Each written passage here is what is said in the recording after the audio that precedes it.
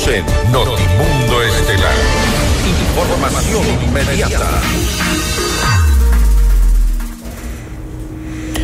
Y el Vaticano prepara el funeral del Papa Francisco mientras define los pasos necesarios para nombrar a su sucesor. La noticia requiere profundidad. En Notimundo están los protagonistas de la noticia.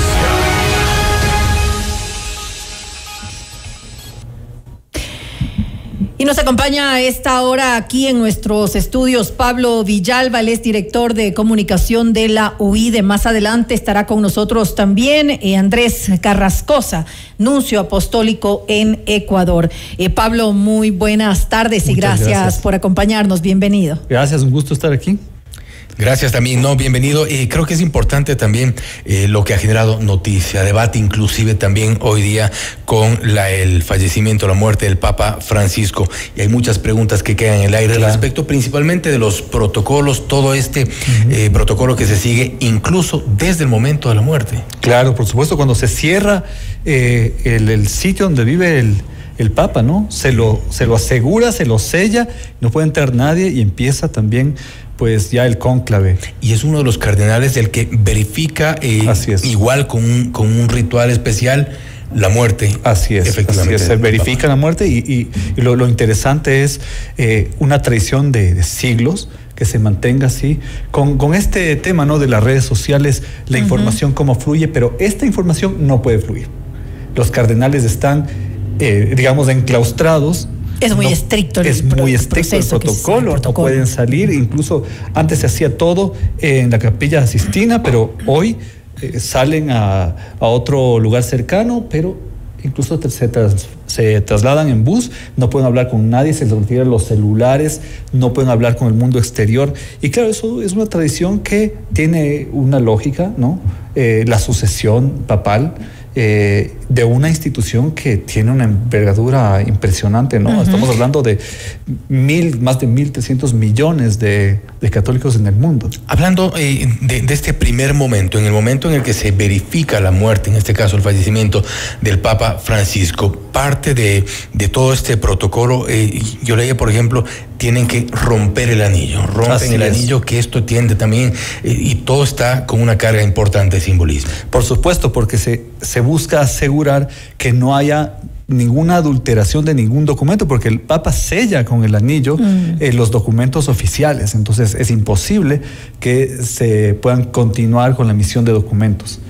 Esa es una cosa. Ese es prácticamente el inicio de esta sucesión. Así es el inicio de la sucesión, y después empieza ya el funeral, y después del funeral empezará el encierro, el gran encierro, en donde finalmente tendrá que salir el famoso humo blanco. ¿Y quiénes forman parte de quienes podrían pues llegar a ser su sucesor? Claro, bueno, son 250 cardenales que están todavía vivos, ejerciendo sus funciones, pero realmente solo 135 pueden votar, porque la idea es que no existan cardenales que excedan los 80 años, porque el papado, hay ese límite, entonces, el papado de ellos sería extremadamente corto. ¿No? Y ya hemos visto lo que ha pasado con varios papas, ¿no? Ese es el límite de edad que hay, pero si vemos hacia abajo, ¿también hay un límite de edad o no? Es básicamente el tope de los 80 años. Pero para abajo no. Para abajo no, de lo que yo conozco. Ya. Ajá.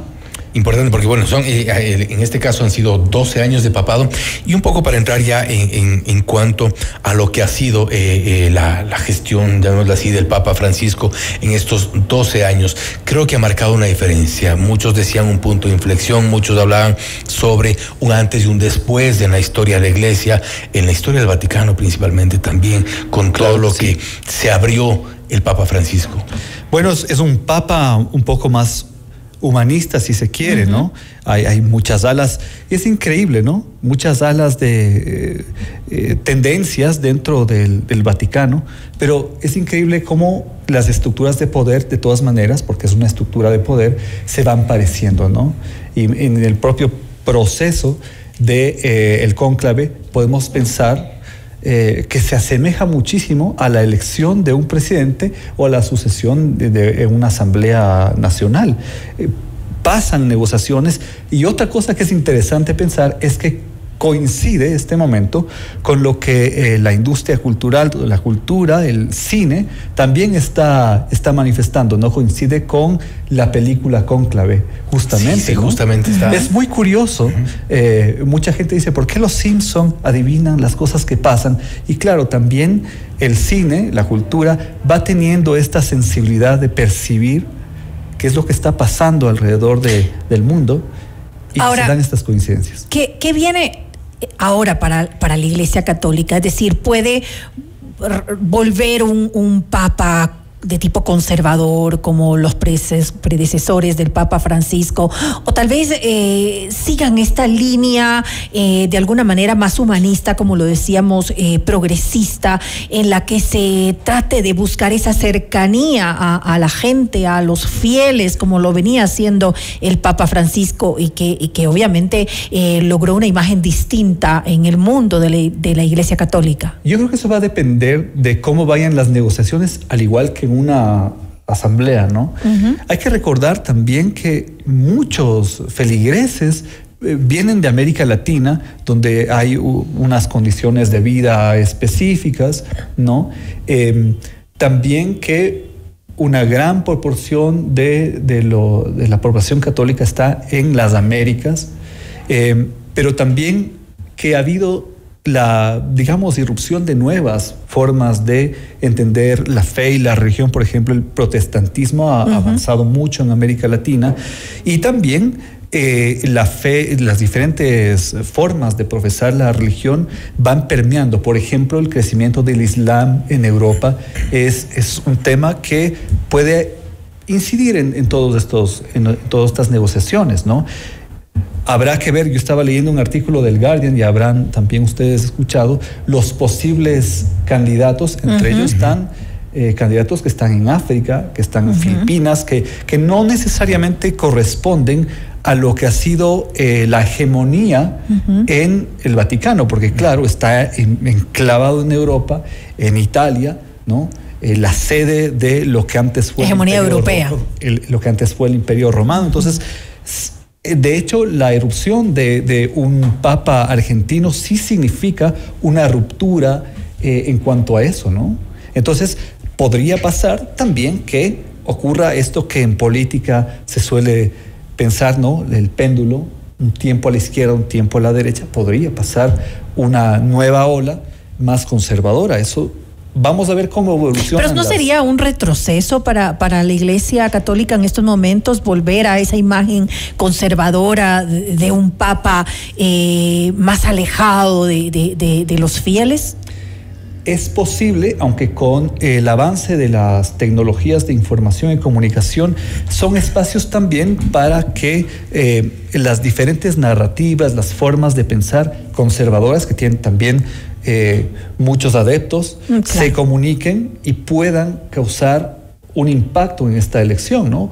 Podría ser que haya fracciones de la Iglesia y del Vaticano que sientan que a lo mejor esa forma de pensar no representa a un amplio grupo, y puede ocurrir una retirada hacia, no sé si la palabra correcta es retirada, pero a lo mejor una tendencia hacia el conservadurismo. Podría ocurrir. O puede ser quizá una iglesia ya hoy por hoy obligada al cambio, tomando en cuenta todo lo que han sido estos 12 años de papado de Francisco. Vamos a este momento ya, como les habíamos ofrecido, estamos en contacto con Andrés Carrascosa, nuncio apostólico en Ecuador. Lo tenemos ya este momento en contacto. Gracias por estar con nosotros. Fausto Yepes, María del Carmen, les saludamos desde los estudios de FM Mundo. Nos acompaña Pablo Villalba, director de comunicación de la Universidad Internacional del Ecuador. Estamos hablando sobre esto que ha enlutado a la Iglesia Católica, al mundo católico, la muerte del Papa Francisco. Y la pregunta que creo que es un poco de cajón, Andrés, es ¿qué viene ahora? ¿Qué viene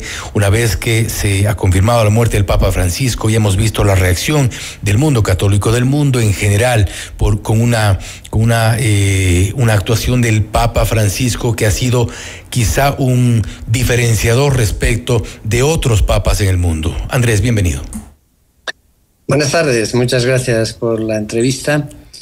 A mí me van a disculpar, pero yo es como cuando uno tiene todavía el cadáver caliente de una persona amada. Yo todavía soy un poco reticente de andar haciendo quinielas. Estaba escuchando y me estaba sonriendo, porque cuando se empieza a hablar de papables y de candidatos, primero es que demuestran no conocer la composición del cónclave y no conocer ese ambiente, porque más que candidaturas y luchas lo que hay es un enorme miedo de que puedan pensar en uno. Por otra parte, para mí está siendo un día muy denso, desde que esta mañana a las 3:10 dieron la noticia. Yo estaba despierto y la conocí como a las 3:10, 3:15. Yo he tenido la suerte de tratar de cerca al Papa Francisco, porque al menos una vez al año hemos tenido una audiencia de trabajo, 40 minutos más o menos, en algunos años 2 veces. Y en estos 12 años, pues al final uno va conociendo la persona, sus criterios, sus prioridades.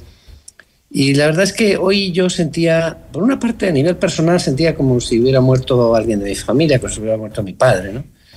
Pero yo, me parece que el mundo ha perdido un padre, porque este hombre era quizá de las pocas voces con una autoridad moral para decir ciertas cosas que a veces no son cómodas, porque tenía la capacidad de despertarnos a veces cuando andábamos como muy distraídos en muchas cosas. Entonces yo estoy todavía un poco en esa situación de ánimo. Luego, cada uno tiene su deformación profesional. Yo he vivido 14 años en Roma. Y los romanos, que han visto pasar mucha agua bajo los puentes, suelen decir que quien entra papa sale cardenal. Esta tarde vi un artículo de un periódico inglés sobre papables, y claro, hay cosas que cuando conoces un poquito las cosas desde dentro te hacen reír inevitablemente. Entonces, no estoy todavía en esa... Además, me parece que... también escuché una entrevista de un escritor que ha escrito español, que se define ateo y que ha escrito un libro sobre el Vaticano y o sea, el loco del Vaticano, una cosa así, y centrado mucho sobre el viaje a Mongolia, que es un lugar donde hay algunas centenas de católicos nada más. Pero este hombre le atraía esto y ha escrito un libro y decía una frase que me parecía muy, muy inteligente. Sí, quien hable de papables demuestra que no sabe de qué está hablando. Esto que lo diga un señor que se ha metido desde su ser agnóstico, se ha metido a conocer el mundo del Vaticano, y yo coincidía totalmente con él. Me parece que son, desde el punto de vista humano, serán, bueno, equilibrios, tal. Al final, a mí me parece que el Espíritu de Dios que guía a la Iglesia en cada momento de la historia suscita a la persona cierta para el momento cierto. Ahora, Andrés... Creo que eso para mí es el punto fundamental. Sí, dígame. Y creo que es también fundamental hablar principalmente de legado del Papa Francisco, sí. Y hablamos también de cómo ha significado para la Iglesia Católica los cambios durante estos 12 años, ese nuevo discurso, esa cercanía con la gente, porque ha sido un Papa muy cercano con la gente, muy cercano con sectores vulnerables, se ha abierto mucho también a sectores que se han sentido tradicionalmente postergados. Por ejemplo, en Argentina, recordemos también, se dispuso la apertura de la desclasificación de archivos, que se han marcado una diferencia respecto de otros papas. Por eso hablamos de legado. Sí. No, ciertamente. O sea, el Papa Francisco representó sobre todo un estilo de manera fresca de ser y de comunicar. O sea, porque tenía un estilo muy directo, quizá, o sea, por su proveniencia, quizá el hecho de que es algo que ha aportado a América Latina, a la Iglesia Universal. Este hombre tiene una capacidad de contactar con la persona y de hablar el lenguaje de la gente. O sea, mucho del mensaje no es tan diferente. Yo veo tantas cosas que yo yo he trabajado con 3 papas, con Juan Pablo II, con Papa Benedicto y con Papa Francisco, y a nivel concreto he visto que lo que ha cambiado muchísimo era la manera de comunicar y de hacer entender a la gente en el lenguaje que la gente entiende muchas cosas que muchas de ellas no las hubiera dicho Papa Benedicto, que ha sido el gran desconocido de la historia. O sea, a Papa Benedicto no se le leía por principio porque no interesaba. A Papa Francisco se le leía, o sea, se le escuchaba porque interesaba desde el día cero, porque su manera de comunicar atrajo. Entonces ahí hubo muchos cambios, pero fundamentalmente debido a esto. Después tiene su sensibilidad, obviamente.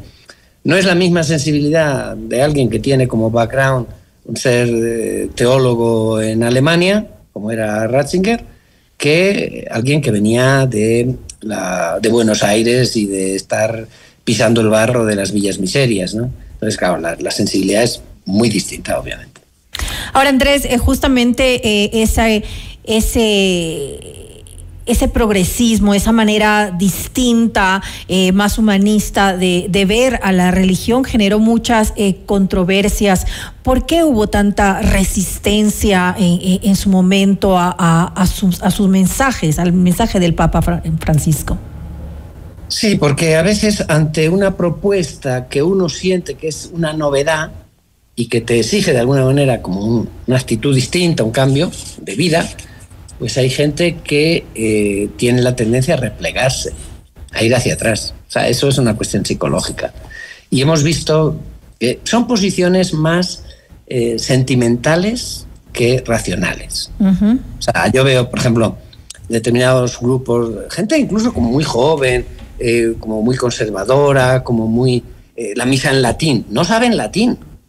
Entonces, es como una cuestión sentimental de agarrarse a algo que les da como sentido de seguridad, que no es que la dé al final, porque es más un sentimiento que una racionalidad. Entonces yo atribuyo a esta actitud que en algunos países es fuerte. O sea, yo he vivido en Suiza, por ejemplo. En Suiza, pues es donde tiene su fuerza el movimiento lefebvriano, ¿no? En Econ. Y algunos sectores franceses y tal. Pero lo que he constatado es que es más una actitud, más que racional, es una actitud sentimental. Ahora bien, lo que dice Andrés creo que es importante también respecto de la comunicación, Pablo. Y tú desde la comunicación, ¿cómo ves esta forma de comunicar? Y nos mencionaba Andrés, por ejemplo, él ha trabajado con 3 papas y evidentemente Francisco ha destacado en el tema de comunicación, esta llegada a la gente y también el hecho de que haya sido un papa que nació desde y vivió incluso en la pobreza, estuvo muy cercano a la gente en ese sentido. Todo esto influye ya en el tema de comunicación. Muchísimo. Y fíjense, por ejemplo, a nivel de su atuendo, lo más sencillo posible. Recordemos en la visita que hizo el Papa al Ecuador, utilizó un carro de lo más sencillo posible. Y me parece que también el legado de él ha sido comunicarse con las otras religiones. Un Papa que habló con rabinos, que se abrazó con líderes musulmanes, que estuvo en Tierra Santa, que fue a África, que estuvo en Oceanía, o sea... Respetó las diferentes religiones, las diferentes creencias. Por supuesto, un papa que buscó integrar, ¿no? Uh-huh. Y él hablaba mucho, me pareció que eso es algo muy interesante, ¿no? Hablaba mucho más allá de la fe que uno profese, de la calidad de cómo uno puede ser un mejor ser humano, qué significa ser un mejor ser humano. Y creo que es un mensaje que puede llegar a cualquier cultura, a cualquier religión, a cualquier realidad, ¿no? En un mundo en el que además es muy fácil separarse, ¿no? A veces uno puede decir la palabra más difícil en cualquier idioma es yo y tú, y ellos además, ¿no? Para marcar diferencias, pero creo que el gran éxito del Papa Francisco fue intentar integrar a las personas. Y ahora, incluso con la fragmentación de la información, cada uno está a veces en su celular hablando con una persona al otro lado del mundo, pero no le habla de al lado. Eso eso creo que generó un impacto muy grande, congregar a las personas. Andrés, podemos decir que el Papa Francisco era un Papa revolucionario, quizás hasta polémico, tomando en cuenta estas diferencias. El Papa Juan Pablo II en su momento también era un Papa muy cercano, un Papa muy querido, un Papa que incluso en muchos países, vino a Ecuador también, por supuesto, fue recibido por la gente con, algo se recuerdan las fotografías, los lloros, la gente realmente lo sentía muy cerca al Papa Juan Pablo II, pero Francisco marcó un poco esta diferencia también con esa cercanía en el lenguaje. ¿Un papa polémico?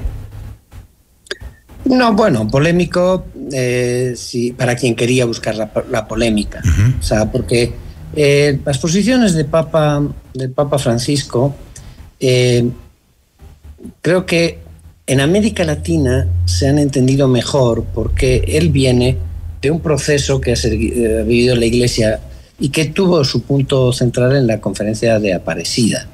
Y el documento que sacó la conferencia de Aparecida, el responsable del comité de redacción fue un tal Jorge Mario Bergoglio. Y entonces esa concepción que ahí se subrayaba mucho de ser discípulos de Jesucristo y después misioneros, son las expresiones que luego él usa de Papa, una iglesia en salida. El documento programático de su pontificado, que se llama Evangelii Gaudium, el gozo del Evangelio, pues tiene mucho de Aparecida. Entonces, desde aquí hay mucha coincidencia con lo que, digamos, el decenio anterior a su elección estaba trabajando toda la Iglesia. Yo he sido nuncio en Panamá desde 2009 a 2017. Antes de llegar a 17 vine a Ecuador, y yo veía que aquello que en 2009 a 2013 yo estaba viviendo en Panamá, en América Latina, porque la Iglesia en América Latina estaba viviendo aquello, de pronto pasa a ser, digamos, doctrina de la Iglesia universal. Yo llegué a Panamá desde el Congo, yo era nuncio en Congo y Gabón. Y entonces, un momento que tuve que regresar a Congo para una ordenación de un obispo, yo veía que ellos no vibraban de la misma manera, porque para ellos les resultaban conceptos como muy, no digo lejanos, pero no eran a aquello a lo que estaban acostumbrados, como es lo que estábamos acostumbrados en América Latina. Entonces, en América Latina ha tenido una fuerza mucho mayor que en otros continentes.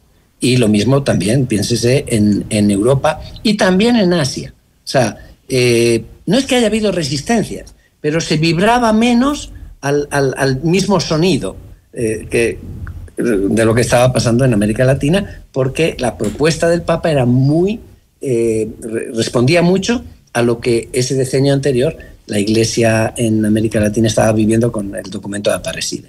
A las realidades que vivía América Latina. Ahora, Andrés, podríamos decir que el mensaje, las acciones del Papa Francisco fortalecieron a la Iglesia Católica en América Latina. Yo pienso que sí, porque o sea, respondía mucho, no solo a las realidades que se viven en América Latina, que al final, mire, yo he vivido en un montón de países en los distintos continentes, y las realidades al final son mucho más parecidas de lo que pensemos, ¿no? Si se habla de la pobreza de América Latina, imagínese cuando estás viviendo en países de África. Y la migración que también se da allá, ¿no? Sí, pero cuando tú estás en un país que viene de guerras, o sea, yo llegué al Congo cuando hacía unos días que se había firmado la paz después de 3 guerras civiles en 10 años, prácticamente sin tregua entre ellas. Entonces, claro, las realidades de pobreza, de desesperación, de miseria, pues vistas desde aquí, o sea, cuando hablamos aquí no es que aquí estén las cosas bien, por supuesto, ¿no? Pero hay una diferencia. Lo que yo digo es que no es tanto por las realidades, sino por cómo la Iglesia en América Latina, que está haciendo un camino de hace 60 años, sobre todo a través del CELAM, del Consejo Episcopal Latinoamericano, con sus conferencias cada 10 años, habían dado al continente latinoamericano una manera de caminar la Iglesia que se ha visto fortalecida por la propuesta que ahora ya no era desde el episcopado de América Latina, era desde el Papa. pero que eran los mismos postulados de una iglesia en salida hacia los demás, de una iglesia que se acerca, de una iglesia, como decía el Papa Francisco en algún momento, una iglesia que se hace samaritana, que se inclina hacia los sufrimientos de la gente.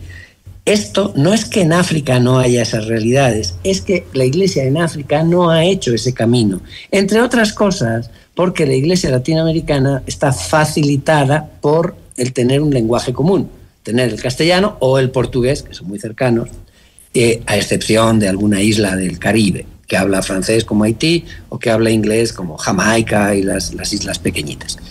Pero en África tienen un problema fundamental, que si haces una reunión africana no se entienden, porque aparte de las miles de lenguas que hablan entre ellos,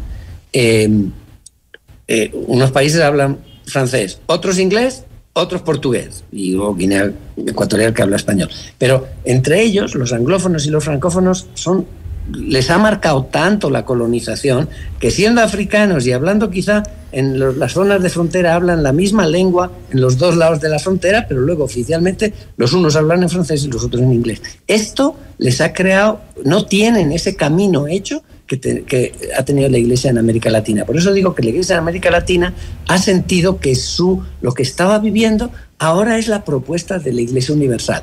Esto no es que no haya calado en los demás continentes, pero ha calado con menor fuerza que en América Latina. Y antes de cerrar, Andrés y Pablo, también creo que la pregunta va un poco para los dos, pero Andrés mencionaba al inicio de esta intervención, a propósito de esta discusión que mediáticamente se ha dado mucho sobre los candidatos, los posibles, quiénes son, quiénes podrían suceder al Papa Francisco. Y usted mencionaba algo que creo que es importante, que quien pueda ser o estar en esa lista, lo primero que piensa es en el miedo. Y esto es quizá por los desafíos que tiene la Iglesia. Sí, porque es que la tarea es tan grande que... Porque hay varios. Vamos a ver, en este cónclave hay una veintena de ellos que yo los conozco muy bien. Algunos nos conocemos desde seminaristas. Entonces yo sé muy bien cómo piensa esta gente. Que los conoces de hace 40 años. Entonces o más de 40 en algunos casos. Entonces hay otra visión. O sea, el mundo mediático tiene su... Pero, miren, yo me refiero a una frase del Papa Bergoglio. Cuando apenas elegido, un día bromeaba con los periodistas y les dijo, por lo que me dijeron, yo no estaba en ninguna lista de papables, estaba en el número 36 en las casas de apuestas de Londres. solo para poner un ejemplo concreto. Cuando salió el Papa Juan Pablo II, ni los periodistas sabían pronunciar su nombre. Claro. O sea, el que entra Papa sale cardenal. Pero claro. Pero quiero subrayar una cosa. Este cónclave va a ser bastante largo. ¿Por qué? El 80% de los cardenales han sido nombrados por el Papa Francisco. El Papa Francisco, que cuando hablaba de las periferias no era una broma, se lo tomaba muy en serio, ha dejado de nombrar tantos cardenales de países europeos y ha nombrado cardenales de países de periferia. Si uno piensa que es cardenal el obispo de Tonga, pues probablemente el 99% de las personas que nos están escuchando no sabe dónde está Tonga, que es una isla perdida en el Pacífico encima de Nueva Zelanda. O un cardenal en Mongolia, donde hay, repito, algunas centenas de católicos, que quizá no lleguen a 1000. Y bueno, hay uno en Guayaquil, hay otro en Madagascar, hay en lugares de lo más raro, y entre ellos no se conocen para nada, porque muchos de ellos han sido nombrados en estos últimos 2 años, que ha sido el mayor número de nombramientos. Entonces, eso hace que inevitablemente el cónclave no creo que llegue a consensos de 2/3 ni en un día ni en 2. Eso va a ser más complejo. Es para que no nos pongamos nerviosos si el cónclave tarda, porque es que es inevitable. Ni nos adelantemos a las casas de apuestas, como dicen. Ni a las predicciones, pero a la final... Claro. Sí es eso lo dijo Bergoglio. ¿No? Claro. Es interesante pensar qué rol tiene una corriente religiosa en un mundo en donde los contenidos son tan líquidos como se manifiestan, ¿no? Donde el mensaje a veces es tan efímero por las redes sociales, y hablar de temas espirituales, hablar de temas que congreguen a la población, se tornan cada vez más difíciles para ciertos grupos poblacionales. Por la banalización también. Por la banalización. Entonces, reunirse en la iglesia para nuevas audiencias a lo mejor es un reto, y yo creo que ese va a ser el gran reto de la Iglesia Católica, y también porque hay que verlo desde un punto de vista geopolítico también. Hay competidores, por decirlos de una manera, ¿no? Pero hay otras formas de entender la espiritualidad que también tienen avances importantes, como mencionaba antes, el Islam en Europa, en algunos sitios del mundo, el protestantismo en América Latina, etcétera. Entonces, eso creo que es un gran reto. Creo que es un reto para todos, un reto para la iglesia, evidentemente, y pues bueno, cómo no seguir hablando principalmente, que creo que lo que más tiempo nos ha tomado, seguramente nos tomará horas acá hablar del legado del Papa Francisco, pero se nos ha terminado el tiempo, María del Carmen, y gracias también a Andrés Carrascosa, a Pablo Villalba por haber estado con nosotros. Gracias a ustedes. Gracias a los dos. Gracias. Notimundo Estelar, siempre bien informados. Noticias, entrevistas, análisis.